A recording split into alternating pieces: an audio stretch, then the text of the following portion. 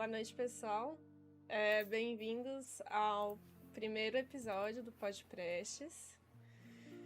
Somos os estagiários da Biologia, das professoras Larissa e Camila. Eu sou a Juliette, eu tô aqui hoje com a Maria Antonieta, com a Mariana, com o Gustavo e com o nosso convidado especial, Lucas Montanha, que é psicólogo, que tá aqui para falar junto com a gente hoje sobre estresse, principalmente agora nessa época de vestibular que vocês estão passando, e também sobre estresse agora na pandemia, que todos nós estamos sofrendo também.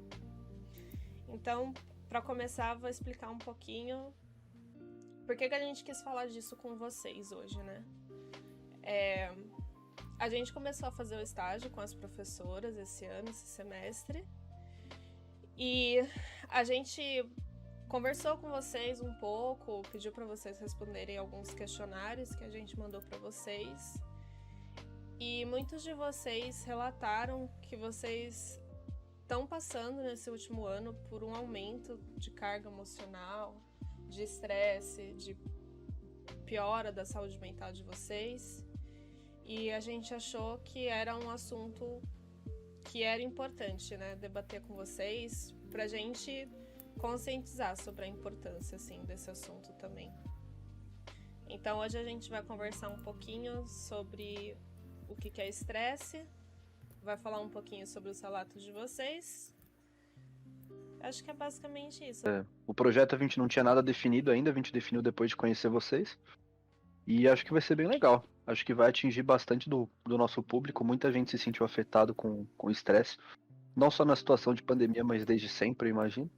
Então acho que vai ser uma coisa legal para todo mundo. Beleza. Acho que a gente pode começar falando alguns dados aí que a gente tem sobre estresse em geral, né? Para começar, assim, fora desse assunto de pandemia,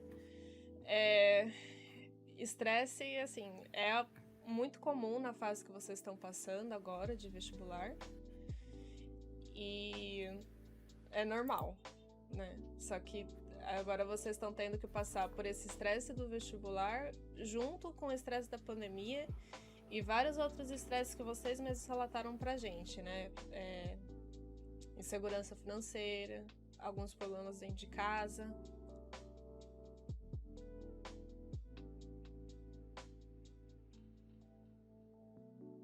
Então, esse dado de 59% das pessoas definem como insegurança a palavra atual, eu acho que remete muito ao que a gente está passando nesse momento da pandemia, né? Quando a gente pensa em insegurança, a gente está pensando em insegurança em diversos fatores, em diversos contextos. Então, desde a questão de estudar, de pensar no futuro melhor, de passar no vestibular, desde questões econômicas, desde situação com a família, a situação do Covid. Então, a gente tem que pensar nesse contexto como um todo. A insegurança, acho que é a palavra que define, porque justamente a gente se vê num cenário onde a gente não consegue estar bem, a gente está preocupado o tempo todo com uma série de coisas. Então, acho que é isso que permeia essa questão. Eu acho que no Brasil, assim, já tinha um tempo que a gente vinha acompanhando muito o aumento de ansiedade e depressão na população. Até porque, assim, alguns estudos indicam que instabilidade política e econômica é uma coisa que afeta muito, né? Porque as pessoas, elas têm essa insegurança econômica e principalmente quem tá mais socialmente vulnerável já passa por muita coisa, né? Já tem, assim, medo de perder o emprego, né? Coisas que passam no dia a dia. E eu acho que a pandemia, na verdade, ela só escancarou mais isso, né? Ela potencializou tudo que já existia e veio com um monte de problema novo também. Sim. Sem dúvida. Sim, algo que também coloca assim, a insegurança. Pode pensar na própria desigualdade social, que com certeza a pandemia já é um sinal de que isso está levando a uma... Está escancarando, né, a desigualdade social que está acontecendo e vai continuar no nosso país. E acho que também a insegurança, pensando no contexto do cursinho, é a insegurança estudantil, né? Muitos alunos ainda estão no ensino médio ou terminaram ano passado e ficam em insegurança. É presencial? Não vai ser? Será que a gente vai ter o conteúdo? A gente não vai? Qual vai ser o futuro? Vou para a faculdade? Não vou? Tenho que trabalhar? É algo que acabou também tendo essa insegurança, essa parte. Nesse contexto da ansiedade, da pandemia no geral, eu acho que tem uma palavrinha que a gente usa no meio da psicanálise, que é bem essencial, que chama amparo, né? No caso, desamparo.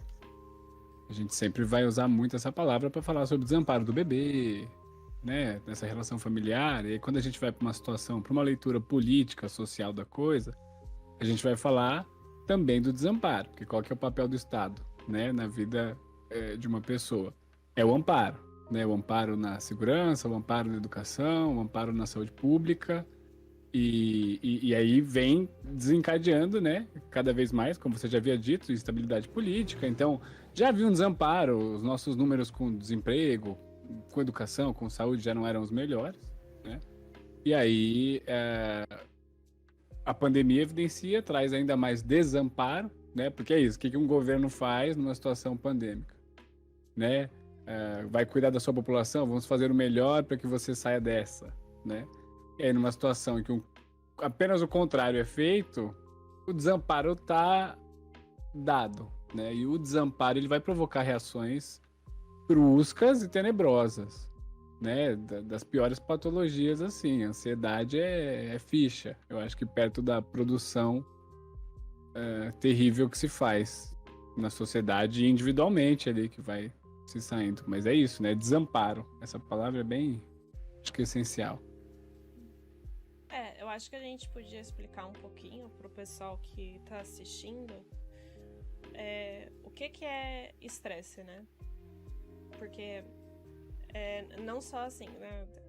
Ansiedade, depressão, são coisas que o Lucas que vai falar, né? Mas acredito que assim, o estresse é uma coisa, tipo, o estresse por muito tempo é o que desencadeia, né? O que pode desencadear essas coisas, assim. Pensando agora na situação que todo mundo está vivendo agora, né?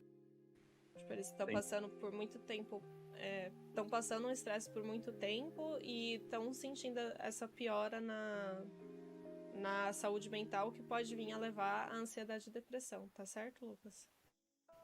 Sim, então, eu acho que se a gente se apega um pouquinho ao significado dessas palavras por si, ajuda muito. Porque às vezes a gente está falando muito, né, sobre estresse, sobre ansiedade, sobre depressão, e esquece de parar para pensar sobre o que a gente está falando de fato, né? Porque quando a gente vai pro estresse, então tem um excesso, né? É uma coisa que você faz em excesso que te cansa. Está estressando algo e quando você pega uma peça, né? Pega um computador, estressa ele pode queimar, né? Ele pode parar de funcionar. Então a gente também pode parar de funcionar. A gente também queima, né? De alguma maneira. Então a gente vai ter que tomar cuidado com isso, né? Todo estresse é, de alguma maneira, não saudável. Vai ter que, sempre que a gente está se estressando fazendo algo, claro que há coisas na vida que a gente precisa fazer. Legal, compreendemos, o estresse está ali. Como é que a gente compensa, né? O estresse nesse sentido? Se não, vai desencadear outras coisas, né? Quando a gente fala de ansiedade também, se apegando à palavra. Ansiedade nada mais é do que estar ansioso para algo, né? Então amanhã, tem uma coisa que eu quero fazer, estou ansioso, né? Tenho ânsia do dia de amanhã. Quando essa ânsia vira prejudicial, né? Quando o dia de amanhã tá mais na sua cabeça, tá mais presente que o agora, né? Eu acho que é aí que mora o X da questão. E quando a gente fala de depressão no caso, aí eu acho que pula um pouquinho, porque a depressão ela é desencadeada normalmente por uma perda. Normalmente não, sempre. A depressão, né, a não ser que seja algum fator neurológico específico, ela é desencadeada por uma perda. Sempre que há depressão, há uma perda. Alguém perde algo e o luto não é bem feito, então tem uma perda, né? O luto seria um processo natural de aceitação do que foi perdido ali. A gente chama de elaboração. E bom, a depressão se dá num luto mal feito, então a gente não aceita essa perda bem, não consegue elaborar, e é como se esse objeto, isso que a gente perdeu... Eu falo objeto porque, quando eu falo perda, é muito fácil pensar quando alguém morre, você perde essa pessoa e pode entrar em depressão. Acho que é mais fácil de enxergar por aí. Mas você consegue perder um ideal de vida, né? Você pode entrar em depressão por uma perda de um ideal político. Ou a perda da figura materna que não precisa ter morrido, mas que te decepcionou, né? Você descobre que alguém não é como era. Então, você perdeu. Aquela pessoa você perdeu. Tem outra ali que existe, que é mais real, mas... então, não é só uma perda prática, né? Na maioria das vezes, inclusive, é essa perda dessa ideia que se tem do outro ou de algo que se dá. Então, a depressão se dá mais a partir daí. Com certeza, a pandemia também nos faz perder muita coisa, né? A liberdade, essa coisa de ficar em casa. Não perderam familiares, né? Pessoas amadas, assim, também, né? Nesse sentido, então, fica muito claro, né? Aí, o aumento da depressão. O aumento da realidade, né? Eu acho que claro, a perda ali que podia ser evitada vai gerar tanto uma depressão quanto um ódio, né? Vários sentimentos. Mas a pandemia tem um ponto interessante que é o seguinte: quando você precisa ficar em casa, não que no Brasil a gente tenha seguido, né, esse parâmetro de ficar em casa, mas muitos seguiram. Você vai estar mais próximo da sua realidade, ao ponto que então tem um casal lá, o casal tá feliz, então mora junto. Mas eles trabalham, né? E às vezes estuda, então mal se vê à noite na hora de dormir. Você começa a ver essa pessoa todo dia. Você nunca fez isso. Quando você descobre quem é essa pessoa todo dia, não quer dizer que a pessoa seja terrível, né? Não precisa, mas o fato de você conviver e se aproximar vai te fazer perder algo. Tanto a liberdade, né? Porque você era livre, pô. Sei lá, se a pessoa trabalha e você tá em casa, você tem o dia livre. Mas mesmo trabalhando em outro lugar, você tá livre daquela pessoa. Você perde isso, assim. E perde também o fato que, pô, eu achava que você era de um jeito, mas convivendo aqui, né, o tempo todo, 24 horas, meio chato, né, meio insuportável. Então vai para um campo que a realidade te faz perder, né, perder ideias, perder fantasias da vida. Então, mas assim, só se apegando aos nomes, que eu acho que os nomes podem dizer muitas coisas, né, pra gente entender o que é cada uma delas. Ô Lucas, pode fazer uma pergunta? Agora que você trouxe essas definições mais específicas e tudo mais, eu acho que é legal pensar. Você tá mais envolvido no meio que eu, com certeza. Você acha também, pelo menos eu tenho essa impressão, não só comigo, mas com as pessoas ao meu redor. Eu trabalho em escola, eu vejo também com um aluno que eu tenho lá, familiar, com tudo. Que tanto a depressão, quanto a ansiedade, quanto o estresse, elas não são tão levadas a sério. Porque a depressão eu vejo mais, eu vejo as pessoas levando a sério, muita gente fala da seriedade, que é do perigo, mas estresse principalmente parece que ninguém leva a sério. Uma pessoa tá estressada, Então, não consegue leva. dormir, não liga, como se não fosse nada. Não, você tem razão, e não pensa porque não é pra pensar. Eu acho que a gente precisa entender isso. Eu posso parecer chato com as palavras, mas assim, a psicanálise, o ramo que eu tô inserido dentro da psicologia, que não é ramificado da psicologia, é uma coisa separada, tem médico psicanalista, tem biólogo psicanalista, tem advogado psicanalista, o psicanalista pode, né, tá em qualquer profissão ali, na verdade. Mas assim, no geral, a gente tem uma tendência a fugir de um comportamento moderno no sentido de neoliberal e capitalista, porque a gente foge da psicologia moderna, né? O que é a psicologia moderna? No geral, não é uma crítica, né? Mas no geral é a psicologia ali cognitivo-comportamental e moldes que tentam, o próprio coach, por exemplo, né? Quando tem uma formação, tentam acelerar processos humanos que não são acelerados. Então, vai te dizer ali muito mais no sentido de vamos ter que fazer, a gente precisa produzir, né? No mundo que a gente vive, a gente precisa trabalhar e produzir. E não tem como fugir disso. Então, se vai para uma pessoa, o aluno, você vai para o aluno precisa estudar, eu preciso estudar, estudar para quê? Estudar para passar na faculdade. Entrar numa boa faculdade, depois estudar de novo, estudar, para quê? Para trabalhar. Trabalhar e trabalhar. Você vai chegar em um momento que se você não reflete sobre o que você quer fazer da sua vida, para onde você está indo, você cansou, e aí o estresse vai desencadear vários problemas não só psíquicos, né? Mas físicos. E aí você tá ali cheio de doença, tomando 7, 8, 9, 10 remédios aos 40 e, não tô feliz. Né? O que eu tô fazendo? Por quê? Porque é isso, porque não é ensinado a pensar. Ninguém para e fala, olha, peraí, mas por que você tá estressado? Sabia que às vezes é bom descansar? Né? Às vezes é bom fazer nada também. Vocês estão falando da questão do vestibular. Eu já atendi alguns, né, vestibulantes, já fui um também. Então, é muito complicado parar para, não sei, para pensar sobre isso, né? O que eu tô fazendo aqui? Eu preciso só estudar, porque eu preciso consumir o maior número de questões para acertar também o maior número. E daí, sabe? A gente não se apega ao básico às vezes. Pô, meu curso, eu preciso acertar metade. Tô acertando 10 a mais da metade aqui em todos os simulados. Eu posso estudar um pouquinho mais? Posso. Mas não, vai rolar uma coisa ali de eu preciso consumir muito e eu não fiz o suficiente, porque a gente nunca vai fazer o suficiente, né? Se a gente fizesse, as pessoas gabaritavam normalmente, mas ninguém gabarita, né? E fora quem tem essa possibilidade, né? A gente tá falando de pessoas que podem estudar o dia inteiro e tem esse luxo, e quem não tem?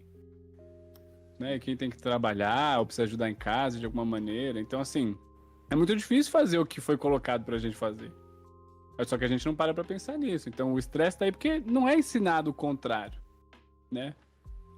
Até pra colocar nesse ponto, até pra encerrar essa fala, assim, a depressão, a gente dá importância pra ela. Por quê? Porque ela faz a pessoa paralisar. Alguém depressivo não produz. Isso é muito ruim, né? Para a sociedade no geral. Uma pessoa que não trabalha, não produz, só dá trabalho e gasto, né? Para os outros. Só que, quando a gente fala de bipolaridade, por exemplo, a gente está falando de alguém que oscila entre a depressão e algo que a gente chama de mania. Seria o inverso da depressão. Um maníaco, ele produz. E produz muito, em excesso. E a diferença entre os dois é que no processo de luto, os dois não elaboraram. Só que deixou o objeto tomar conta dele, que é o depressivo. Né? Então, quando o depressivo fala, eu sou um lixo, eu não presto pra nada, ele nem tá falando dele. Ele tá falando do objeto, é que ele é o objeto já. O objeto cresceu dentro dele. E a mania tá no outro lado, que o objeto tá lá também. Só que em vez do objeto tomar conta, você diminui esse objeto, joga ele no chão e tripudia em cima dele. O problema das duas coisas é que o objeto tá lá. E um bipolar nada mais é do que alguém que oscila entre as duas coisas. Só que o maníaco, ele precisa fazer, ele precisa produzir, ele precisa tá em ação o tempo todo para não parar para pensar, para deixar o objeto lá, como se não existisse. O problema é que ainda existe, né? Então, ao mesmo tempo que tem esse estresse, a gente está falando, às vezes, de lutos mal resolvidos, de pessoas que não ficaram depressivas, mas ficaram doentes também, né? Que não podem parar. E eu tenho certeza que todo mundo aqui conhece, né? Quem não pode parar, quem tem que estar ocupado o tempo todo. Realmente. Eu já aproveito Perdão. pra fazer uma pergunta. Não pode terminar, Gugu. Não, pode falar, imagina. Tinha uma pergunta que eu tinha comentado com o pessoal, Lucas, e que eu achei interessante de ser feito, até onde o estresse, ele é normal, porque tem aquele estresse do dia a dia que todo mundo sofre, todo mundo passa, e ok, e tem um estresse que eu acredito que ele já seja crônico, que aí já chega a ser doentio. Você consegue pontuar esse limiar pra gente desse estresse? Sim, eu acho que o limiar é individual e pessoal, porque vai depender do estado de cada um. A gente nunca sabe o que eu tô passando, o que você tá passando. Então, às vezes, você tá ali suportando uma situação que você tira de letra. E eu, nessa situação, não me comporto muito bem, não tô conseguindo. Já tem muita coisa ali que eu tô lidando. Então, eu acho que o ideal para entender o limiar do estresse é quanto a gente tá bancando. Né? Como é que eu tô? A gente precisa eu acho que esse é o primeiro encontro que precisa se ter, o encontro consigo mesmo. Né? Então eu sei onde eu tô, eu sei como é que eu tô. A gente sabe, né? A gente acorda, pô, já não acordei muito bem. Aí alguém fala alguma coisa, outro fala, você responde atravessado, você percebe, pô, não tô legal. Então se você não tá legal, pra que se dispor a algo que vai te consumir ainda mais? Né?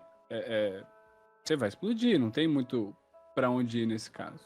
Então, eu acho que realmente isso do estresse, assim, a vida por si só, ela é uma ambiguidade, no sentido que vai ter felicidade e vai ter tristeza, né? Quando eu falo do luto, por exemplo, ninguém evita um luto. Você entra num relacionamento.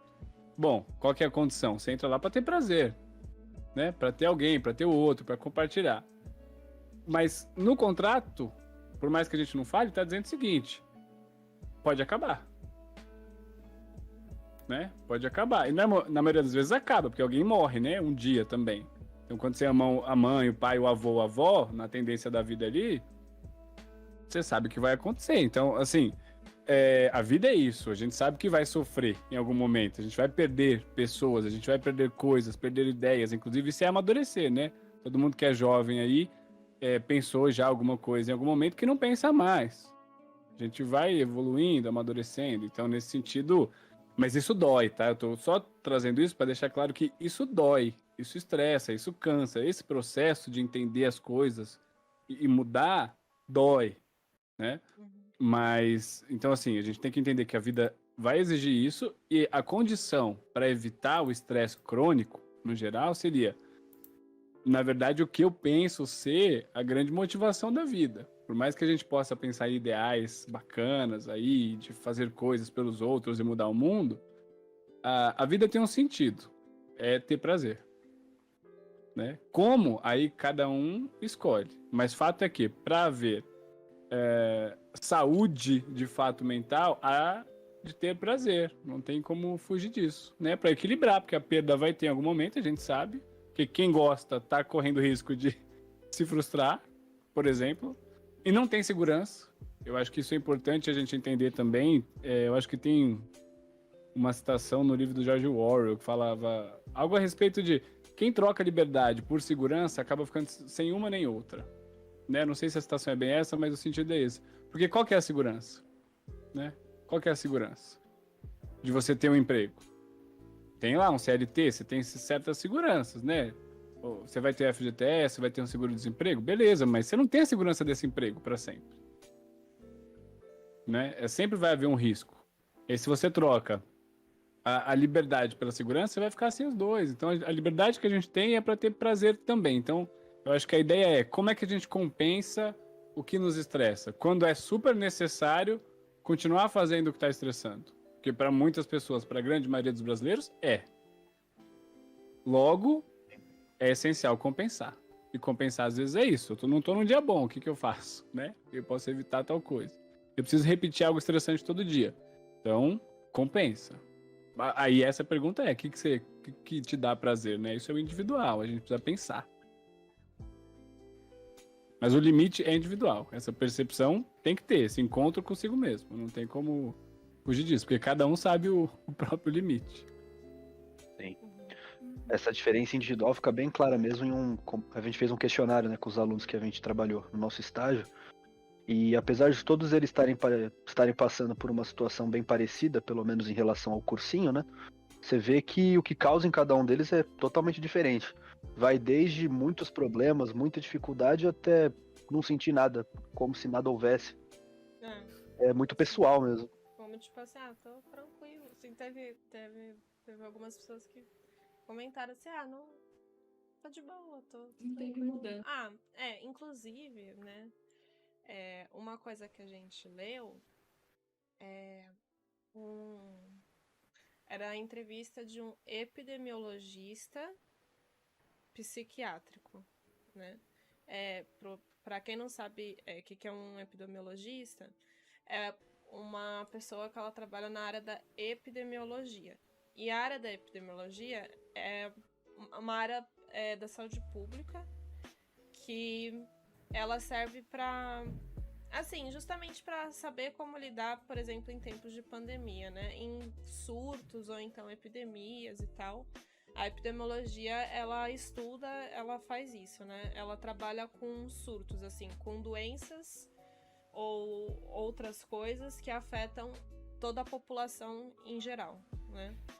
Então, o que ele falou é que, assim, você tem 2 tipos de pessoas na pandemia. As que são ansiosas demais e ficam muito mal por causa de tudo que tá acontecendo. e as ansiosas de menos. Que na verdade elas também se prejudicam por essa falta de preocupação, né? Elas têm o que ele fala que acho que é otimismo perigoso, alguma coisa assim, né? Então, assim, elas estão tão de boa, né, com o que tá acontecendo, que na verdade elas se colocam em risco também, né? Sim. Eu não chego nesse nível, mas mas eu percebo, ainda mais com pessoas ao meu redor, colega de faculdade e tudo mais, que a pandemia, principalmente nessa situação principal que a gente está vivendo, está sendo muito mais tranquila para mim do que poderia ser. Eu vejo gente passando por problemas muito parecidos com os meus e atua de uma maneira totalmente diferente. Então eu acho que eu tenho muita sorte, eu me adaptei bem até a esse novo meio de vida. Tudo EAD, né? Eu trabalhando em escola, lá também ficou 100% EAD por muito tempo. E para mim acabou mexendo muito menos do que com outras pessoas. Mas ainda assim eu acho que tem que levar a sério, né? Porque é o que você falou. Corre o Sim. risco de você não levar a sério o suficiente e acabar se colocando em risco, não só de sair e ficar doente, mas de não levar a sério também toda a diferença que tá acontecendo, toda a mudança que tá acontecendo e não sabe, né, até onde isso vai. Não sabe quando que vai voltar ao normal, o que volta, o que não volta. E não entender os riscos também, né? Porque tem muita gente, principalmente, que tá na idade do pessoal, da maioria do pessoal do vestibular, que tá tipo assim, mas eu sou jovem, eu tô tranquilo. Aí vai na festa, né? Não fica em casa e fica doente. Então, assim, tem muita gente da cidade que também não tá entendendo a gravidade da situação e o risco que eles estão correndo, né? Não levando tão a sério. Sim. Sem querer passar pano pros jovens, mas antes esses jovens que os idosos, né? Que acham que tá tudo bem. Mas eu tô brincando com isso porque, assim, é normal e é comum que o jovem, ele se apegue muito mais à fantasia, né? Inclusive essa fantasia megalomaníaca, assim, essa coisa do eu sou grande, eu sou forte, eu sou imortal, né? O jovem adora se colocar em riscos. O problema é que, sim, a realidade é implacável, né? Então, claro, o jovem tem muito menos risco de vir a morrer por conta de Covid. Ele pode infectar um parente, né? Pode ter que lidar com essa culpa. E pode ficar ruim também, né? Vamos falar bem a verdade. Assim, a gente tá vendo aqui atualmente a chance de ficar grave aí, precisar de uma internação, a falta de ar já é um sentimento ali, é uma sensação terrível. Então, assim, eu acho que caminha por aí, mas para citar isso, a realidade é e sempre vai ser implacável, né? Por isso que dentro da psicologia da área que eu sigo da psicanálise, o papel fundamental do analista é devolver ao paciente com toda cautela e com todo tato, né? Mas a realidade, né? E a análise se baseia nisso.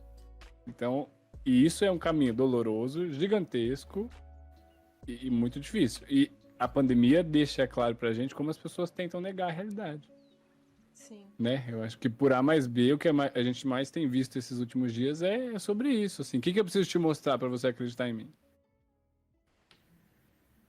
Mas morreu alguém. Não adianta.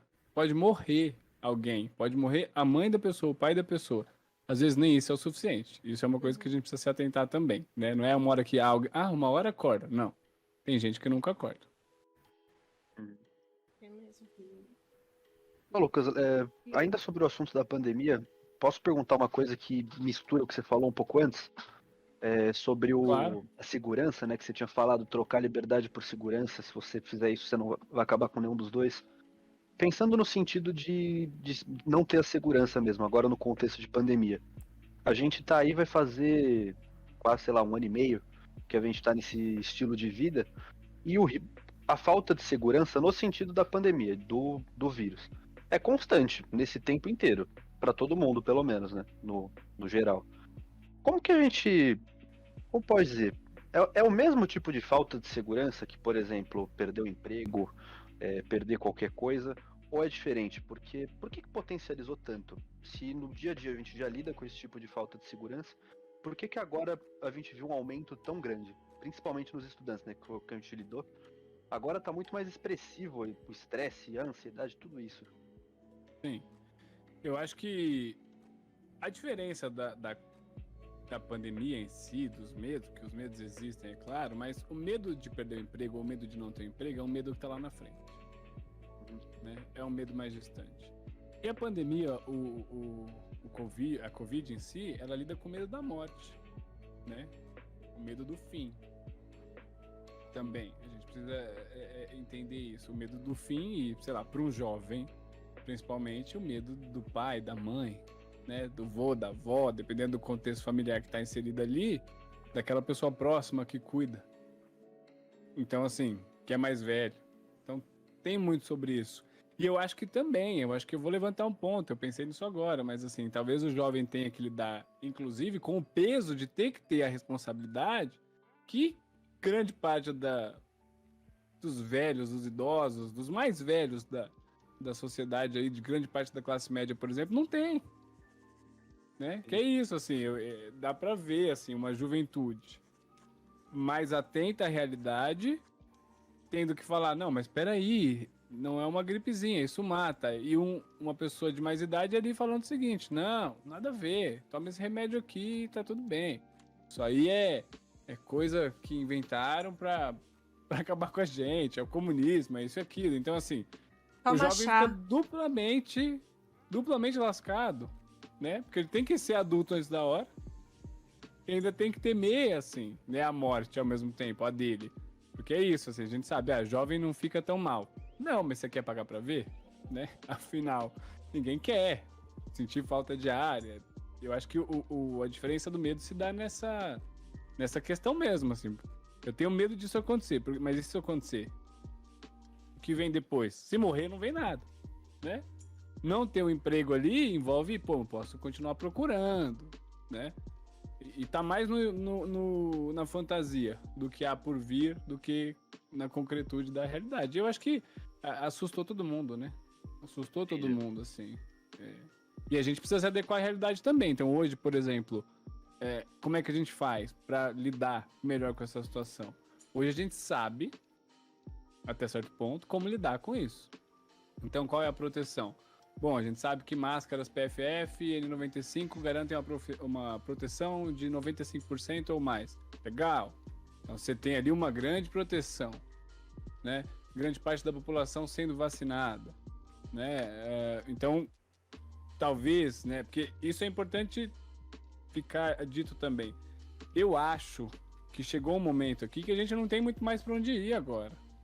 Sabe, nessa de fecha, não fecha, a gente nunca fechou de fato, mas não tem mais como dizer para as pessoas, olha, a gente vai fechar de novo. A não ser que aconteça uma catástrofe, os números aumentem e as pessoas por si mesmas tenham medo de morrer. Mas que não vi isso até agora, né? Não de grande parte da população. Então, assim, as pessoas vão ter que começar a agir, né? Daqui a pouco as escolas, os cursinhos, as universidades vão exigir a presença das pessoas também. E não sei se vai ser mais só uma coisa opcional. Pra galera que tá trabalhando é isso. Se tá exigido, não tem muito o que fazer, né? Ou você vai ou você perde o emprego, mas tem risco, né? Se você perder o emprego nessa questão da segurança. E a gente enlouquece, né? E eu não tô falando disso no começo da pandemia, que é a galera que falava, eu vou ficar um mês em casa e eu vou ficar doido. Não, a gente tá falando de 1 ano e meio em casa.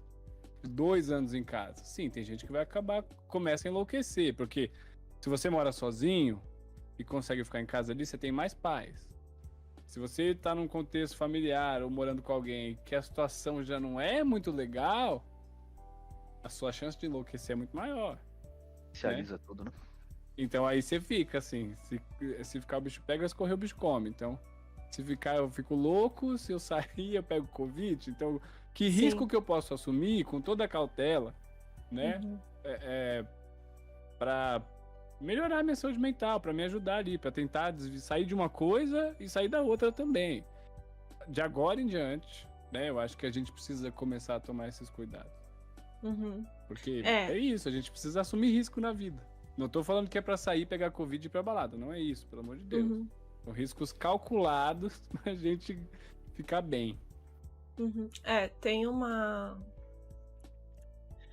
um artigo que a gente leu na Psychiatry Online Brasil, né? Que é do International Journal of Psychiatry, Falei certo, gente? Que Sim. ela faz uma conclusão muito bacana. Ela fala assim, ó: o distanciamento social passa então a ser meio e mecanismo para o desenvolvimento e intensificação de distúrbios psicossociais como ansiedade e depressão. Nesse sentido, a maior ferramenta que temos hoje para impedir a disseminação do SARS-CoV-2, paralelamente, está impactando de maneira negativa na saúde mental de toda a população mundial, né? Então, assim, tipo, o que mais é importante para você parar a pandemia de Covid é o que tem mais causado e aumentado, né, influenciado epidemias paralelas, né? Que é a epidemia de doença mental, a epidemia de violência doméstica, né? Que ela comenta aqui também. Então, parece muito assim, uma coisa tipo assim: se correr o bicho pega, se ficar o bicho come, né? Sim, mas eu acho que é importante a gente saber responsabilizar, né? Sim. Porque tudo podia ser mais ameno. Claro que vai desenvolver ali essa questão.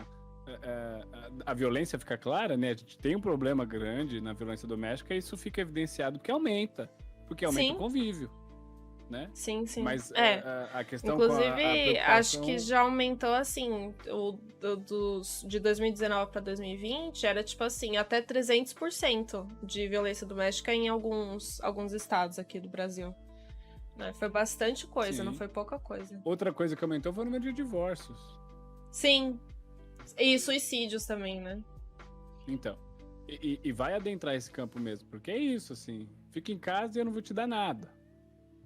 Realmente você vai correr pra onde? Né? Você vai ter que se virar e sair de casa pra fazer. Então, eu volto nesse lugar pro lado do desamparo, né? E da falta de adaptação que a gente tem às coisas também, porque eu já escutei esse relato de algumas pessoas, esse é o mais atual, de beleza, agora a gente vai começar a sair. Eu não sei se eu consigo mais me relacionar com as pessoas, sabe? Igual antes. Eu não sei se agora eu consigo sair e viver a vida como era antes.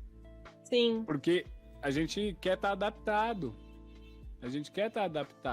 Então, quando você tem uma vida de sair todos os dias, e aí você fala, não pode sair, você não está adaptado a isso. Você vai ter que se adaptar na marra, né? É quase uma coisa meio darwinista, assim. Ou você se adapta ou você se lasca. Então, quem não se adapta ali a ficar em casa enlouquece. O problema é que às vezes nem tem como se adaptar, porque vai enlouquecer de qualquer maneira. Né? A condição não propicia uma adaptação. E agora o inverso, né? Você cria ali uma rotina diária. De novo, toda vez que a gente se adapta, a gente entra num modus operandi ali de segurança, vamos colocar assim. Criar uma rotina é isso, né? Então, todo dia eu faço isso, eu tenho tudo sob controle. Ter as coisas sob controle é manter uma segurança. E agora que as coisas começam a sair do controle porque é exigido de você que você volte a sair, ou lá atrás que você ficasse em casa, você perdeu o controle. Então, expõe muito. Você perde.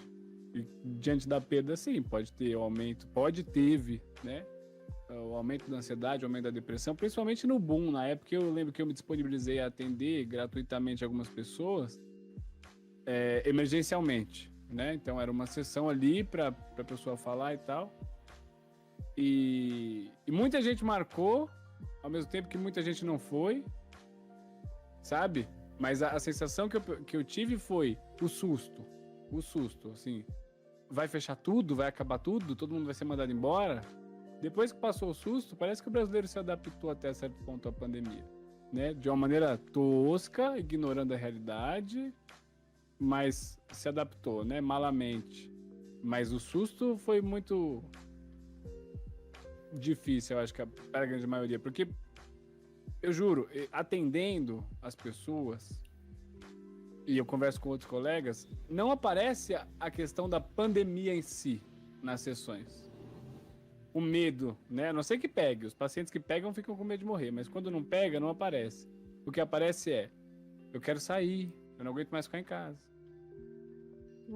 Né? Vai nesse sentido apenas. Então, eu acho que essa dificuldade de se adaptar é uma coisa que a gente precisa rever também nessa questão da segurança toda. Porque a gente vai ter que se adaptar depois do que vier aí pela frente, depois da vacina. Vamos ver, a gente vai ter que se adaptar de novo a se encontrar com máscara, porque vai estar aí o vírus também, né? A gente não tem noção do que pode acontecer, então a gente vai ter que se adaptar de novo. Não tem uma previsão.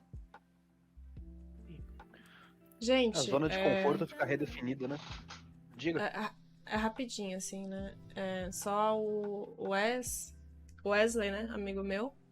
Ele é enfermeiro no Rio de Janeiro. Ele mora em Saquarema, mas pelo que eu sei, ele trabalha numa cidade próxima. O que ele falou, assim, né? Quando a gente tava falando dos adolescentes e do pessoal que acha que nada vai acontecer com eles, né? Ele falou assim, olha, isso cansa muito. Eu bato todo dia em algumas coisas sobre isso, tentando alertar e tudo mais. E é muito cansativo. Tem sido o meu estresse relacionado à profissão e à pandemia, né? Então, todo dia no trabalho dele, ele tem que ficar tentando convencer as pessoas de que elas podem pegar Covid também. Eu ia comentar que essa parte que você falou me lembrou um trecho acho que não me engano é do mesmo artigo, que ele fala que as pessoas que estão se sentindo ansiosas, depressivas agora, na verdade elas já tinham uma predisposição a estar mais ansioso, depressivo, e que a pandemia só veio agravar, e que aquelas pessoas que estão falando eu estou ótima na pandemia, é porque ela realmente tem essa resiliência, né? Tem essa facilidade de conseguir, acho que, desculpa, Gu, mas que nem o Gu que tu falou, eu tô bem, eu tenho as circunstâncias aqui, mas tô ok, outras não, então essa predisposição já tava antes, então acho que aquela coisa que a Ju falou de a gente tá vivendo epidemias paralelas, as pessoas estão aí doentes, provavelmente não conseguiam buscar um profissional ou algum outro fator, mas a predisposição tava ali, a pandemia só veio e deu um peteleco pra pessoa poder de fato entrar nesses estados. Eu acho que é o empurrãozinho, né, que falta às vezes pra uma coisa acontecer. Porque é isso. Vamos colocar assim, uma pessoa que sai, sei lá, toda sexta-feira, todo sábado, só trabalha o dia inteiro, não é feliz no trabalho. Sai sexta, sábado, domingo, né? E sai pra isso. Ele tá tentando compensar, né? Aquilo que eu falei de compensar, não tá compensando de um jeito saudável? Talvez não, mas é a escolha dele. Então, ele sai pra compensar a semana e ele consegue fazer isso. Aí chega um momento que ele tem que trabalhar e ele não pode mais compensar, porque era o único jeito que ele sabia compensar as coisas. O que você faz? Né? Porque a gente tá falando às vezes, porque é sobre um psiquismo elaborado e a gente não é ensinado a elaborar nada, a não pensar. É sobre isso, né? A gente não é ensinado a pensar, a cuidar de si, a entender as emoções, entender. Saúde mental é um tabu no Brasil, né? A gente sabe, ainda é. Tem uma parte ali que sabe falar disso, mas grande parte da população acha frescura. Isso é bobeira, né? E quando tem alguma coisa ali que panica, por exemplo, não vai procurar um psicólogo, não vai procurar atendimento, não vai procurar resolver. Vai no médico e vai falar, meu, tive isso aqui. Querendo o quê? Um remédio pra acabar com isso aqui. Então, vai acabar com o sintoma, né? Provavelmente vai desencadear outra coisa e posteriormente vai ter que aumentar uma dose, né, do remédio para dar conta, mas vai funcionar nesse quesito. Então, só isso que precisa, né, do empurrãozinho. A pandemia, ela teve esse papel, e eu acho que eu falei muito disso nas sessões, sobre, principalmente para esse olhar individual. Aqui não é um olhar social, mas individual para cada um, que é o que a pandemia escrachou, sabe? O que a pandemia te deixou, trouxe à tona para você. Que é isso, a realidade a gente tenta ignorar. O problema é que ela sempre vai vir com um murro na cara. Só que às vezes dá para adiar. A pandemia foi esse murrão, sabe? Veio com força e falou, e aí? E a sua vida agora? Como é que... O que você faz? Aí a pessoa aí acaba, não tem chão. A pessoa não tem material para lidar com aquilo. É isso que dá para dizer. A pessoa não tem como lidar com aquilo. Então ela vai adoecer. Seja enlouquecer, seja panicar, seja ficar depressivo, ansiedade sempre, sensações, mas vai adoecer. Né? Se não tem como lidar com aquilo, vai adoecer. Aí vai ter que aprender a lidar com aquilo. Entendi.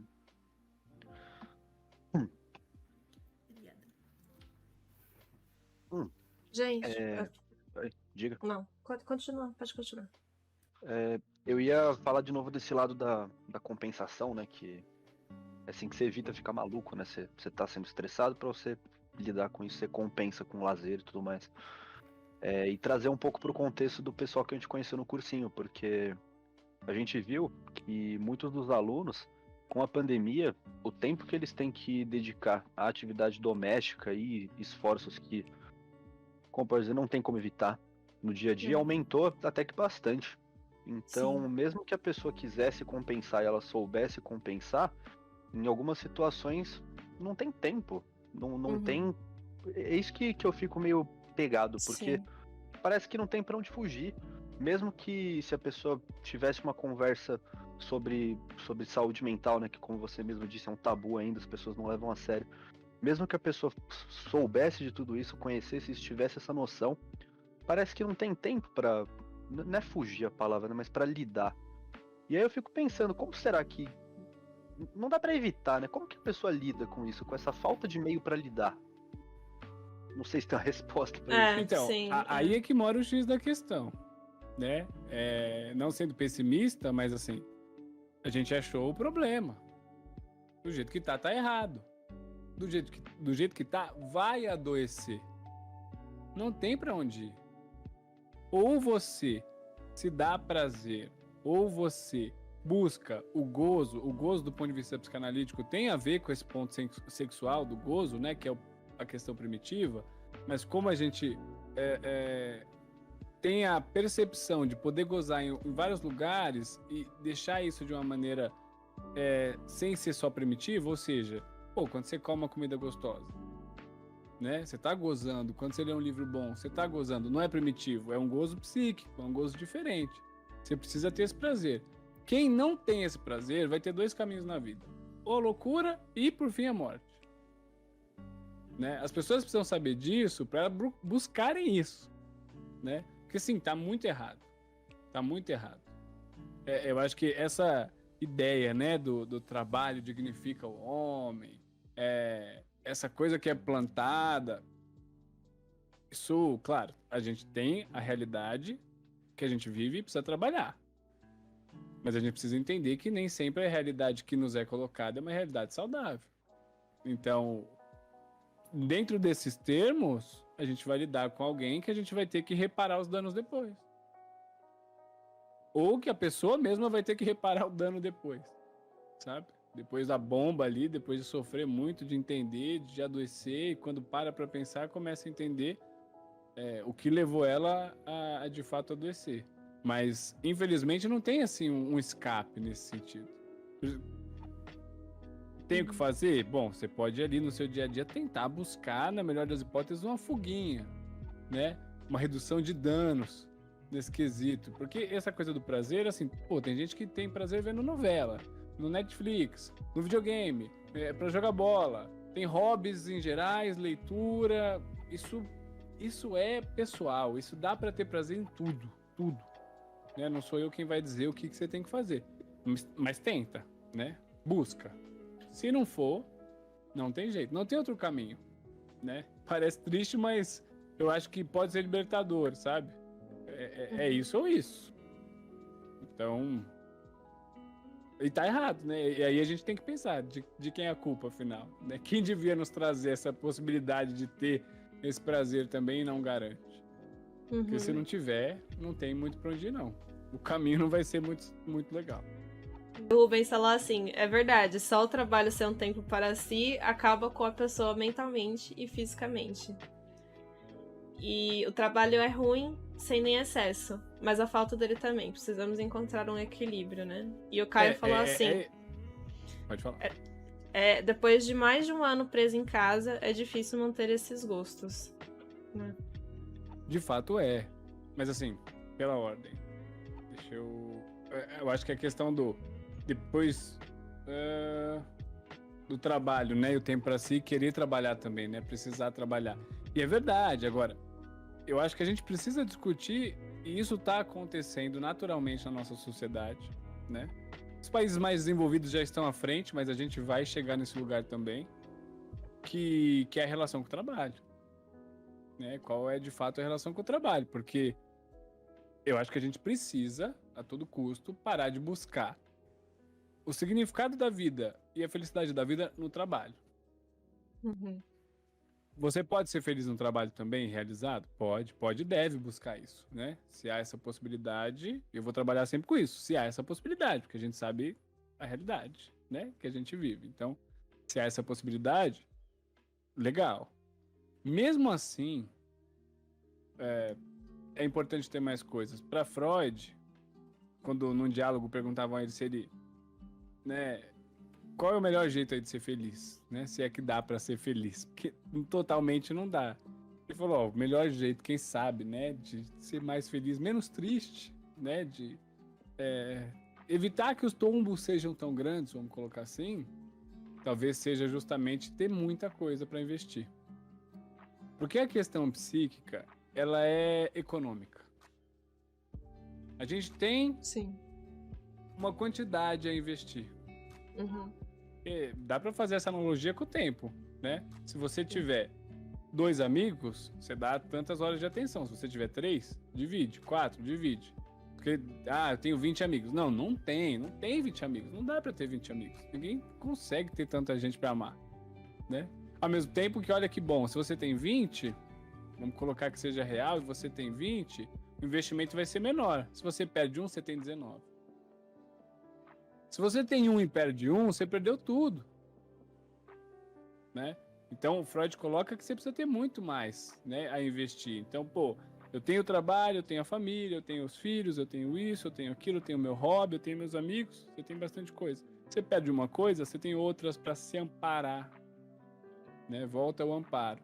Senão, você não vai dar conta. Você provavelmente, diante de uma situação onde você investe tudo ali e perde tudo, não tem outro caminho senão a depressão. Uhum. Né? A depressão é uma mania, mas normalmente vai ser a depressão. Não tem muito pra onde ir. Então, assim, a gente precisa entender essa relação com o trabalho. Eu queria ter essa fonte aqui agora, mas eu acho que foi no G1 ou na Folha, foi um desses 2 jornais. Era uma pesquisa com um país na Europa. Posso estar enganado, mas eu acho que a Suíça e a Espanha estavam testando isso também. Que era surreal pra gente brasileiro, acho que demora a chegar aqui, mas redução da jornada de trabalho, Sim. sem redução de salário. Sim. Né? E aí o resultado da pesquisa, Sim. pode falar, se você ler lá. Não, eu já li esse estudo que, tipo assim, na verdade, trabalhando menos, a gente é mais produtivo, né? Tipo, o pessoal que trabalha assim, ao invés de 5 dias por semana, 8 horas por dia, trabalha assim, 3 ou 4 dias por semana, umas 5 horas por dia, tipo, era muito mais produtivo dentro da empresa, assim, em conjunto, sabe? A empresa se tornava muito mais produtiva. Por quê? Porque as pessoas não estavam esgotadas, entendeu? Porque você trabalha 8 dias por semana, não, 8 horas por dia, 5 dias por semana, tipo assim, passou dos primeiros 2 dias, ou então metade do terceiro dia, você tá esgotado, entendeu? Você não vai render o 4º e 5º dia. Você não vai render, você vai perder 16 horas da sua vida, entendeu? Isso vale pro estudo também. Sim. Inclusive, isso vale muito pro estudo. Eu queria só complementar quando o Gu trouxe, né? Que a gente tem vários alunos que, assim, tá difícil pra eles ter tempo pra compensar, né? Muitos deles relataram pra gente que, assim, aumentou muito o trabalho dentro de casa, né? O trabalho doméstico, assim, pra eles. Muitos deles também têm que trabalhar fora de casa, né? E, assim, a gente estava conversando isso antes da gente começar o podcast agora, né? De que, assim, a gente fica em casa, aí tem essa história do home office, do EAD e tal, e existe uma ideia, né, falsa de que você tá em casa, então você tem mais tempo de sobra, então você pode ser mais produtivo.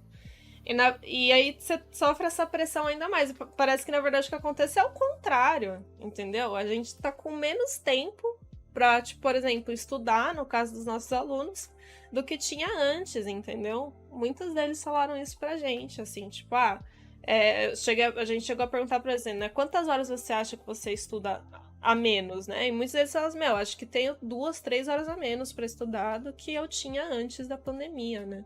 Porque agora muitos deles, tipo assim, eles têm que cuidar da casa, eles têm que trabalhar também, eles têm que cuidar do resto da família, né? Muitos, assim, alguns têm filhos, né? Que eles têm que cuidar e os filhos estão dentro de casa, né? Tipo, se eles não estão na escola, então eles têm que cuidar dos filhos que estão lá e cuidar também acompanhar a escola dos filhos, né? Era só isso mesmo que eu queria complementar. Não, você tira a chance de sucesso dessa pessoa, né? Você diminui a chance desse jovem de conseguir passar no vestibular e vai fazer o quê? Né? Depois aparece uma reportagem dizendo que alguém lá que achou livro no lixo passou em medicina. E ótimo, que bom. Né? O problema não é esse, o problema é essa exceção da exceção da exceção. Né? Se fosse regra, beleza. Não é, longe disso. A verdade é que a gente tenta tirar essa chance dessas pessoas, toda uma condição elitista, tudo que a gente já sabe, mas é tosco, né? Mas, quando a gente está falando do estresse, né, pré-vestibular e estudo, às vezes menos é mais. Não no quesito de que falta tempo para estudar. A gente está agora partindo do princípio de que quando há tempo para estudar e o foco está nos estudos mesmo, né? Às vezes menos é mais. Porque às vezes descansado, você lê uma página de um livro e você entende. Quando você está esgotado, você lê 10 vezes a página, estudou por 6 horas e não sai do lugar. Sim, tem muito Vai isso. para um exemplo besta do videogame. Vai lá para uma tela difícil. Tentou 3 horas, não conseguiu. Dormiu e acordou. De primeira você passou. Ou o exercício que ficou para outro dia. Você não conseguiu resolver, acordou e fez. E não é à toa. Sim, sim. Não é à toa. O processo de descanso, o sono em si, é um processo de elaboração. Porque o inconsciente trabalha dormindo. A gente sonha. Isso é o inconsciente trabalhando. Então, enquanto descansa, é como se a bagunça do dia fosse lá se colocando no lugar dentro da nossa cabeça. Né? O psiquismo não para. Ele está se arrumando enquanto você está descansando. E é por isso que às vezes é tão simples, né? Pô, de primeira hoje eu fui e fiz. Como assim? Era tão simples, eu não vi isso ontem. Não vi porque tá cansado, não vi porque tá esgotado. Não viu porque é difícil ver. Falta seriedade nesse esgotamento, né? Não só levar a sério o esgotamento, mas perceber o valor que tem o lazer, o tempo livre, o tempo sem fazer nada, ficar deitado olhando pro teto. Que é descansar, né? É bom descansar. O silêncio às vezes é ensurdecedor e é por isso que as pessoas não gostam de parar pra ficar quieto. Né? Porque se parar, dá ruim também. Se parar, pode surtar de vez. Eu acho que é por isso que se evita tanto. Só retomando uma coisa, quando você falou do maníaco e do depressivo, que os dois lidam com o processo do luto, da perda, né? Teve uma fala de uma aluna, que eu tava relendo os comentários do questionário, ela falou que, ela ou ele, eu não lembro, falou que sente que tá perdendo a adolescência, a juventude dela durante a pandemia. E aí foi justamente o gatilho que ela fez de eu não tô me sentindo bem na pandemia porque eu tô perdendo tudo ao meu redor. Então, eu lembro dessa frase agora, depois que você falou isso. E a gente vê quanto esses adolescentes estão, acho que essa sensação deve ser meio que no geral, assim.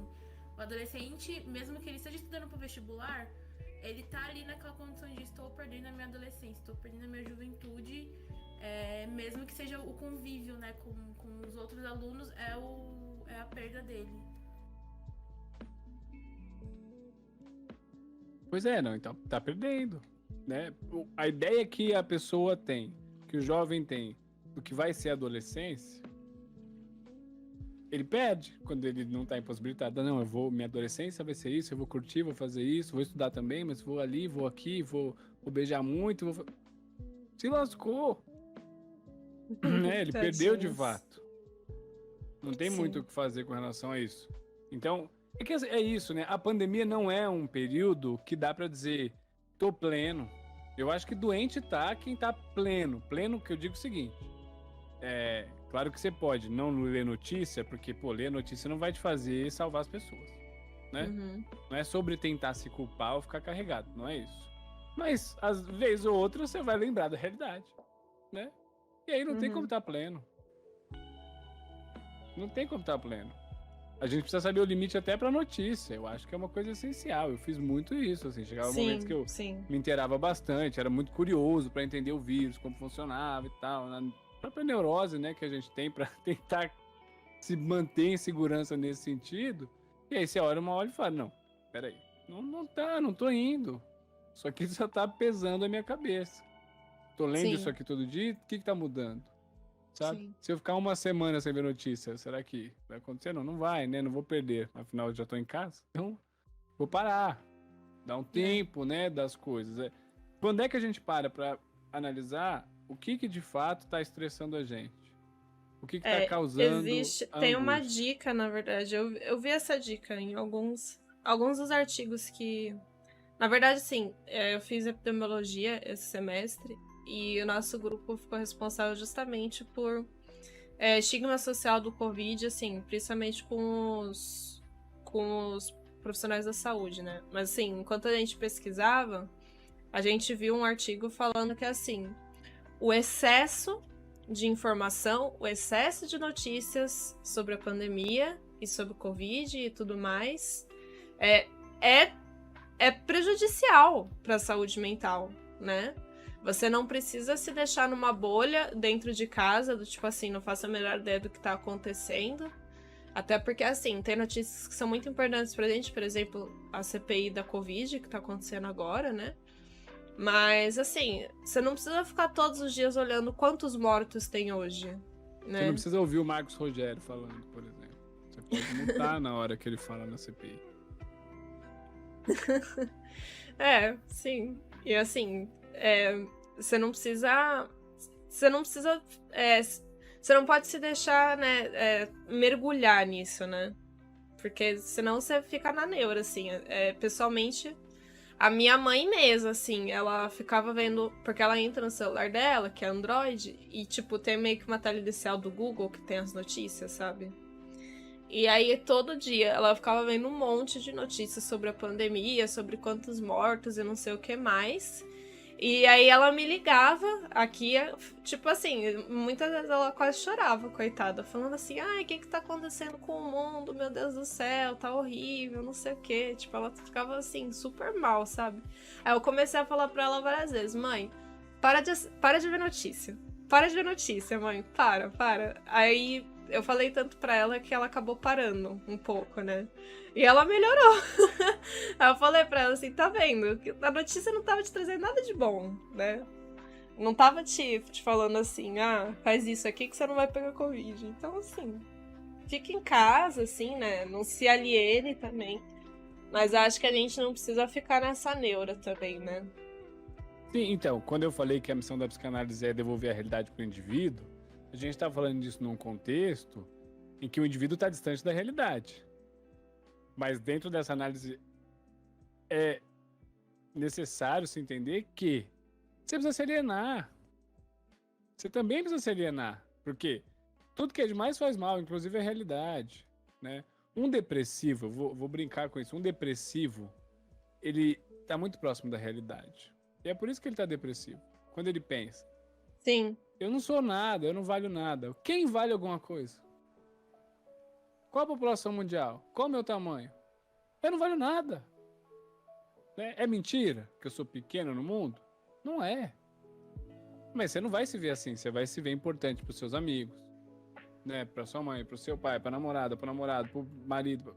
Para alguém você vai se ver importante. Porque você é de fato para essas pessoas. Então...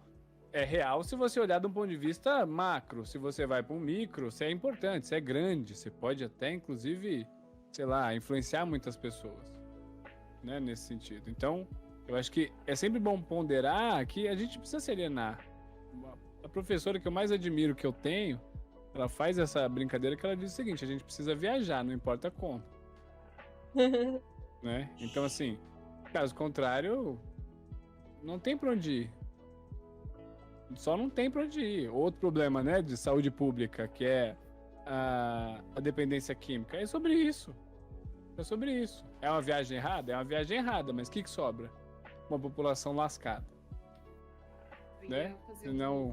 Desculpa, Pode falar, pode falar. Eu ia fazer um gancho de justamente sobre isso, do aumento da dependência química, que saiu até mesmo no jornal da USP, que durante a pandemia houve um maior consumo de drogas, álcool, cigarros e até mesmo alimento. Porque essa fuga da realidade, né, do que a gente está passando, isso é um escape. Até mesmo assim, não precisa ser droga, mas alimento. Você encontra o prazer comendo, sei lá, chocolate, salgadinho, alguma coisa, para fugir disso, né? Acaba sendo uma forma de escapar. Com certeza, é preciso. Porque é isso, assim. Discutir isso a sério, discutir isso com profundidade é tirar o tabu do que significa droga. É 2021, a gente precisa modificar isso, né? Nós jovens aqui, a gente precisa falar disso com seriedade, porque já que a galera não quer entender o que é, né, de fato, a droga, a gente precisa falar, a gente tá entendendo. E sim, é compulsão, né? O que leva à compulsão? Alimentar, a dependência química, o álcool, o cigarro, é tudo que vai gerar, dentro de uma situação de muita angústia, um prazer. Um micro prazer. O que o cigarro faz? Ele vai te dar um micro prazer. Você senta ali por 10, 15 minutos, você vai ter um prazer, você vai dar uma relaxada, volta para a realidade, vamos colocar assim, né? O quão mal isso vai fazer para você futuramente? Tá bom, vai fazer você infartar, vai fazer tudo isso aí. Mas se estressa todo dia, né? Aí vai ficar difícil entender se essa pesquisa aí, quem morre primeiro, o fumante calmo ou o trabalhador estressado, por exemplo? Porque os dois vão competir bem, assim. Eu acho que a corrida vai ser tranquila. Então, vai aumentar. Quando você lida com uma realidade que você não tem pra onde fugir, você precisa de escape. Você precisa viajar, você precisa de fuga. Sobra os prazeres. Aí tem a comida, tem o cigarro, tem a bebida. Você pode tentar exercício em casa, dá pra ser compulsivo por isso também. É Quem ruim? que não ganhou uns quilinhos nessa pandemia, né? Com certeza. Eu ganhei. O pessoal tá até falando assim, alguém falou aqui, ó. Ganhei uma pochete nessa quarentena. Assim, eu pessoalmente, assim, eu acho que uma coisa que eu foquei muito, assim, na pandemia foi comida, gente. Nossa, comida muitas vezes. Assim, eu tava num dia horrível, que eu não aguentava mais ficar dentro de casa, eu precisava assim, vou pedir comida. Porque eu quero comer comida gostosa, entendeu? O que você tem pra hoje, né? Assim, tipo assim, qual que vai ser o ponto alto do meu dia, sabe? Tipo assim, o que vai fazer meu dia melhorar? Aquela comidinha, né? Eu acho que é sobre isso, a gente faz o que dá, né? Nesse momento de pandemia, eu acho que é muito preciso entender isso. A pandemia vem, então vai dar pra manter? Não vai dar. O que dá pra fazer? Pra, né, dentro do possível ali, reduzir os danos? Porque vai ter dano. A pandemia veio, a pandemia foi, eu saí ileso. Então, onde é que você tava? Sabe? Ileso. Sim, Onde é que você tava? Não tava em Cancún, será? Tirando pode férias ser. de 1 ano e meio. Se assim. não, é algo do tipo, a gente vai fazer o que deu aí. Quanto mais dano a gente reduzir, melhor. Acho que essa é a corrida.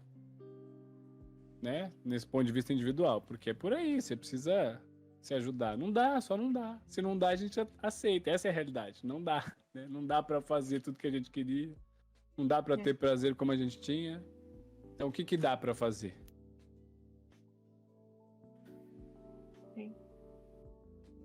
E posso fazer uma pergunta agora? Para. Não existe, né, a receita pra resolver tudo, acabou, faz isso, resolvido. Mas considerando toda essa situação, considerando também que você está envolvido no meio, que você atende pessoas e tudo mais, pensando no final da pandemia, quando as coisas forem voltando lentamente ao normal, e tentar fazer esse controle de danos que você estava comentando. Num contexto Brasil, para todo mundo, que recomendações você teria que, pra gente, não só a gente, né, não nós como pessoas, mas nós como grupo total, como brasileiros, como qualquer coisa, a gente poderia levar para esse próximo período, para lidar melhor com esses danos que com certeza vão vir? Bom, vou fazer uma brincadeira séria primeiro, né? Mas a recomendação como profissional indivíduo, né? Profissional também, que fique claro. Pro mundo, Brasil, gente, né? A gente não pode cometer um erro como o cometido em 2018, né? Isso evitaria e muito grande parte do sofrimento que a gente está vivendo. Seria uma redução de dano, apesar da pandemia. Sem Né? dúvida. Não seria tão difícil.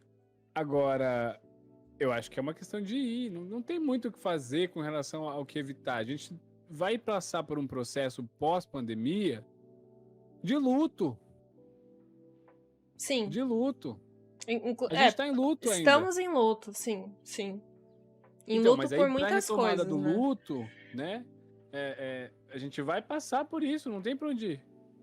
A gente vai passar um período aí de descobrimento, porque é isso, assim, pelo menos o que eu tenho lido, que é triste. Eu tava tentando entrar em uma de, bom, todo mundo vacinado aí, né? Pelo menos São Paulo, a primeira dose até final de agosto, para grande parte da população, mais uns 3, 4 meses até o final do ano, né? Todo mundo imunizado, grande parte da população, né? A maioria. Beleza, vamos retomar. Só que aí você lê ali que tem a cepa da Índia, a Delta, a variante Delta que está infectando, aí tem essa grande parte da população não está tomando a segunda dose, e aí você pensa, peraí, né?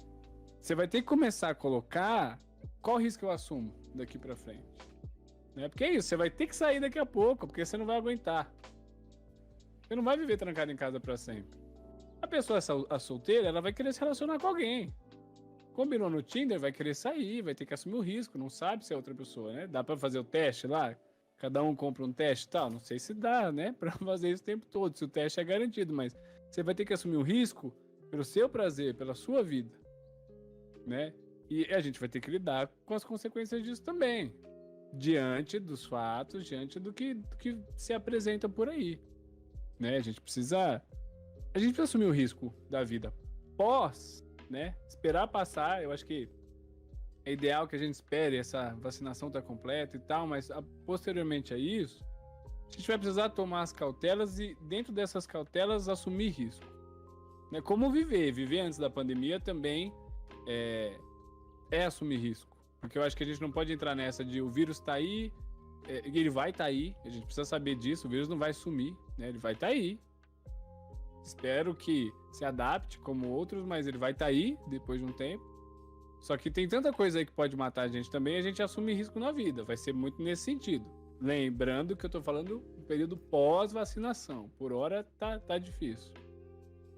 Mas vai ser sobre assumir risco, né? A vida já foi perigosa, ela é perigosa, ela ficou mais perigosa. Por isso que a gente tem essa cautela a mais.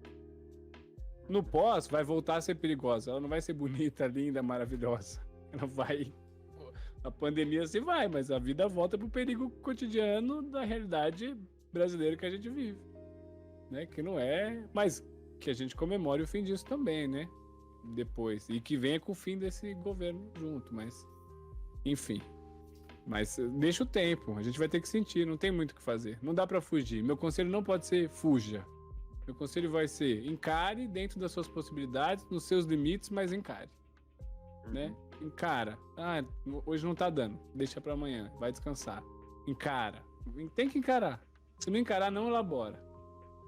Né? Então, uma hora ou outra vai encarar, né? Não tem como fugir disso. Então, pode prolongar, mas não vai sumir. Exato. O problema é que quando você foge muito e isso te pega depois, aí o significado pode ser algo mais grave. Né? Covid não existe, eu saí. Pegou Covid, ficou grave, morreu. Não deu tempo, né? A realidade foi implacável com você. Nesse sentido aí, pegou e pegou forte, mas no sentido psíquico da coisa, às vezes o adoecimento já é maior. Então, até você se recuperar disso, vai levar muito tempo. Você vai ter que dar conta disso também. Né? Quanto foi ignorado para que chegasse nessa situação? Agora a gente vai cuidar, é meio que proporcional, sabe? Uma pergunta pro Lucas, eu acho que não precisa entrar no podcast, mas e é uma pergunta mais pro seu lado profissional. Você acha que agora, depois de tudo essa conversa que a gente tá vendo que as pessoas estão mais adoecidas, né? Tipo, no quesito saúde mental, você acha que vai ter um boom assim de pessoas, pelo menos não, acho que não a curto prazo, mas assim, a longo prazo vai ter aquele boom de pessoas procurando psicólogos, psiquiatras, psicanalistas, seja momento? Você acha que vai dar aquele boom gigantesco? Eu acho. Então, eu acho assim. Termina a pergunta primeiro. Vamos lá. Eu ia falar mais coisas, só que eu acho que eu vou viajar demais. Pode... Se quiser falar, pode falar. Viaja. A ideia é viajar. É que, por exemplo, ao mesmo tempo que eu acho que muita gente vai procurar, muita gente vai ficar se anestesiando. Eu acho que a gente vai ter muita gente que vai falar. Eu acho que é assim. Antes do Lucas responder, assim, né? Eu acho que, assim, muita gente vai precisar de tratamento, vai precisar de ajuda e não vai procurar, entendeu? E eu acho que o que vai acontecer é assim, alguns vão procurar e os psicólogos e os psiquiatras, eles vão ter que estar preparados para lidar com esse luto coletivo aí e os outros buracos que vão ficar na sociedade, né? No sentido psicossocial.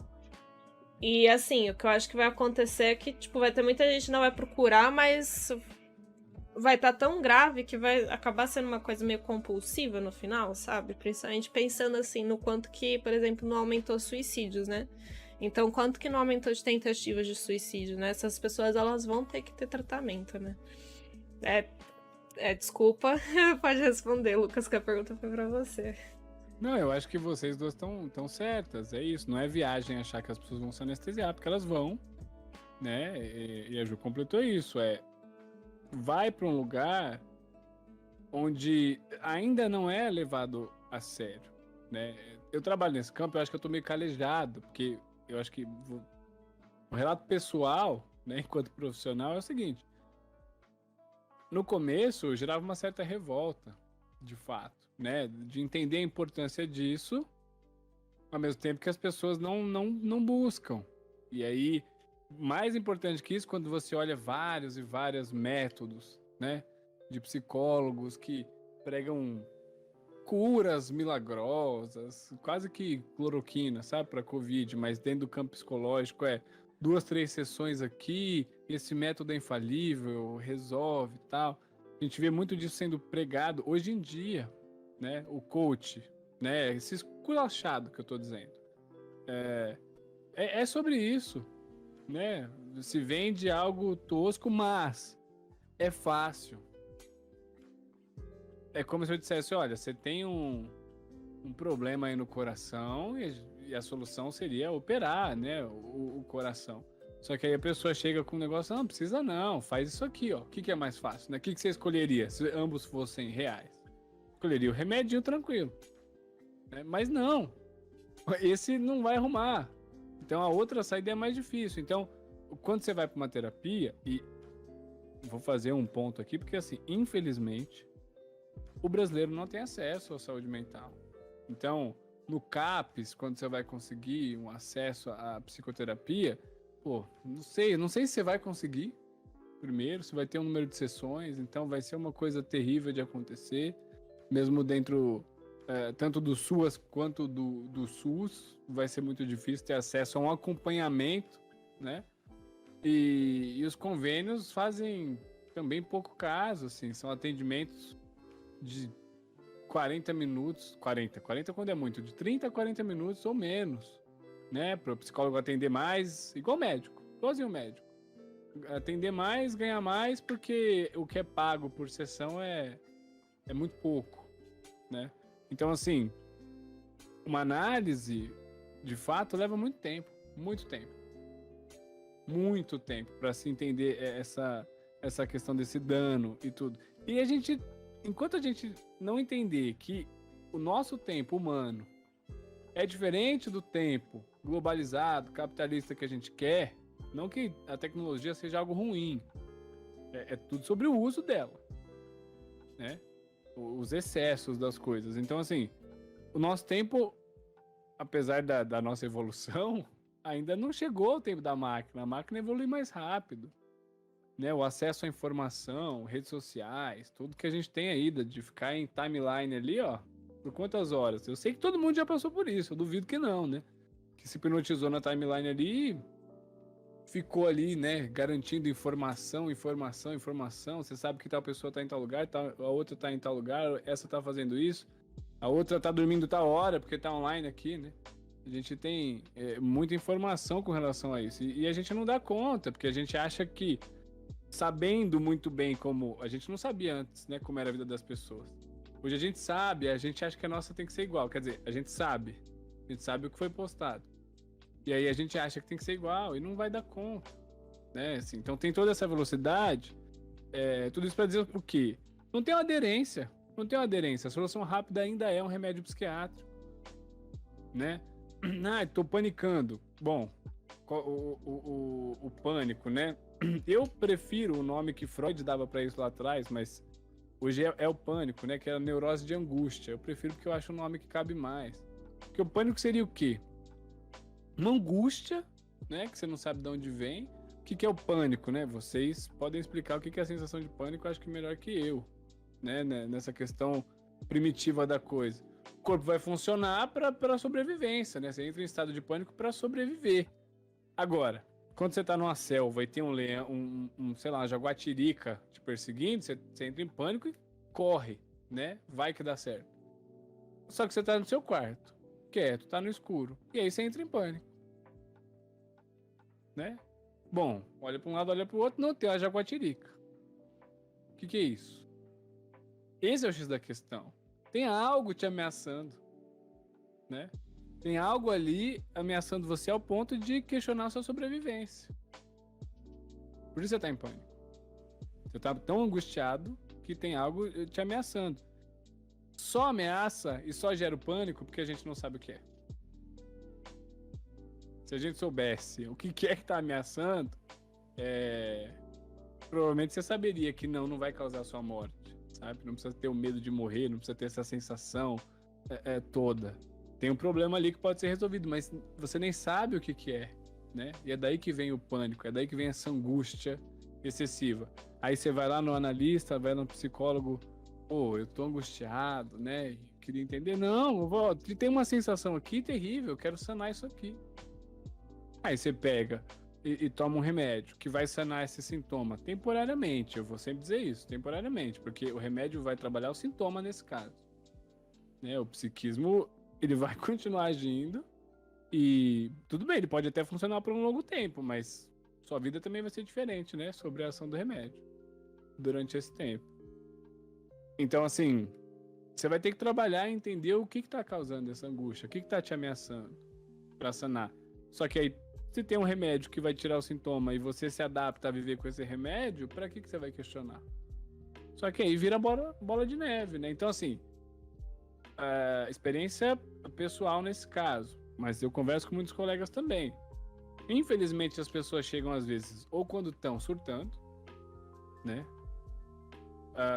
Ou quando já estão num ponto ali que é o familiar que procura, de tamanha preocupação, porque já tentou de tudo, porque já foi para as religiões em geral, já foi no coach, já passou aqui, já passou ali, jogou tarô, fez tudo, mas não deu conta. Deu conta ali, né? Por uns meses, outros tal, só que aí demora, é todo o caminho, sabe? É a última escolha. Agora eu vou lá naquele profissional de saúde mental que é pra louco, que afinal se nada disso deu certo, eu devo estar louco, né? Então, eu não sei se sou muito otimista com relação a essa questão da procura pós, não. Espero que sim, né? Espero que muitos aí resolvam procurar ajuda, mas nesse quesito eu sou bem pessimista. Eu acho que as pessoas vão continuar aí se anestesiando bastante, né? Antes de qualquer outra coisa. Uhum. Nossa, obrigada. Eu tava esperando mais ou menos essa resposta quando eu pensei na pergunta, porque justamente, como você falou, por exemplo, os remédios, eu conheço pessoas na própria faculdade que estão depressivas. E desde então tomam remédios há mais de, sei lá, 5, 7 anos. E muda de remédio, muda de dosagem. E quando vê, para o remédio, surtou de novo, volta para outro remédio. Então, tem uma pergunta no chat. A Control KCR perguntou assim: quando você vê isso, né? Quando você vê a automutilação, o que deve ser feito? Assim, aí ela fala, relação professor-aluno, né? Se um professor vê a automutilação num aluno, né? Como é que... Será que o professor pode ajudar de alguma forma? Bom, Eu acho que pode, né? Eu acho que prestar atenção nisso é super essencial. Só que esse cuidado, claro. É que eu fico pensando, coitado do professor que não tem preparo para isso, né? E nem salário para lidar com isso, assim. Ele tem que fazer de tudo, mas o professor pode ajudar com isso, com certeza. Eu acho que tem que prestar atenção e ele vai ter que fazer. Isso é importante também. Ele vai fazer o que é possível. Porque senão a gente tenta salvar o mundo e não dá, assim. Ele vai ir à direção, vai tentar entrar em contato com os pais, vai sugerir... A escola tem psicólogo normalmente, né? É importante entender isso. As públicas têm? Eu não sei. Deviam ter. Cravar que tem é difícil, mas deviam ter. Uhum. E levar isso até onde dá, porque não dá pra você tomar conta disso. Pra levar os cuidados, você vai ter que ter o tratamento psicológico, assim. É evidente que não dá pra fugir disso, mas eu acho que é muito mais sobre seguir essa linha. Vai entrar em contato com os pais através da direção, com a psicóloga da escola, ou psicólogo da escola, vai ter que passar nessa conjuntura, né? Porque você vai ter que levar aos responsáveis. Esse é o ponto. Né? Por isso. E o Estado tinha que cuidar também. Aí o Estado não consegue e a gente vai de novo entrar nesse campo da falta, né? Do desamparo. Mas acho que pode ajudar nesse sentido. Se o professor tentar se comprometer, por mais que muitos façam, e não estou dizendo que está errado, muito mais, não sei se banca, né? Fica difícil. Sim. Esse desamparo mesmo que você está falando é gritante. Eu acho que principalmente em classes econômicas diferentes. Porque você pensa, por exemplo, num colégio. O colégio que eu trabalho, por exemplo, que é o 22º colégio mais caro do Brasil, uma coisa assim. Lá não falta absolutamente nada. Tem auxílio psicológico para aluno, tem auxílio psicológico para professor, tem de tudo. Qualquer coisa que você precisar lá, tem alguém para te ajudar. Agora, se você fizer qualquer tipo de análise num colégio público, um colégio largado, né? Porque tem muito colégio que infelizmente está numa situação péssima. Você não vai encontrar nada nem um pouco parecido com isso.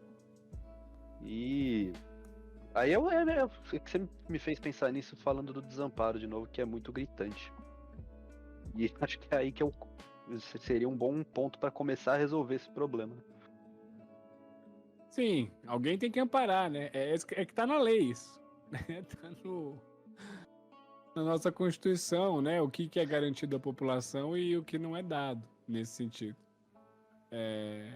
Porque é garantido, inclusive, eu não lembro agora como é que tá escrito, mas o prazer, né? O prazer no sentido do lazer, a cultura do lazer, isso vai gerar prazer de alguma maneira. Mas é muito difícil, porque até os problemas, né, na escola da classe alta e da classe baixa vai ser diferente, porque às vezes você vai lidar com um aluno ali que está sob pressão numa escola cara, que tem uma obrigação de passar em medicina na melhor faculdade do Brasil. Uhum. Né? Sim. Então, assim, vai ser um problema bem diferente, claro, mas ainda vai ter, né? Ainda que tenha respaldo, às vezes não ajuda. Falta muito preparo.